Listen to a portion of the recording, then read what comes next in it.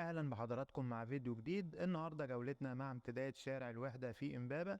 الشارع بيبدأ من عند مسجد البوهي والمعروف بمسجد المحافظ بسبب وجود مكتب للمحافظ هناك، وبينتهي امتداد شارع الوحدة مع شارع نصر نصار. لو حضرتك واقف عند مسجد المحافظ هتلاقي اللي بيفصل بين شارع الوحدة وامتداد شارع الوحدة هو شارع البوهي. شارع البوهي أصبح بيمر فيه حاليا مسار الخط الثالث لمترو الأنفاق والمعروف بالخط الأخضر، والمكان ده تحديدا اللي هو عند مسجد المحافظ بيكون بين محطتين من محطات مترو الأنفاق، محطة مترو القومية ومحطة البوهي. احنا في القناة بدأنا تصوير الفيديو من تقاطع شارع مسجد الهداية مع امتداد شارع الوحدة، وماشيين دلوقتي في اتجاه أول الشارع من ناحية مسجد المحافظ. هنلاقي واحنا ماشيين وبالتحديد في بداية الشارع هتلاقي سوق شعبي للخضار والفاكهة. نتمنى التصوير يعجب حضراتكم، ولو في أي اقتراح ياريت تتكرموا وتكتبوه لنا في التعليقات. وأهلا بيكم دايما في قناة سواح في شوارع مصر.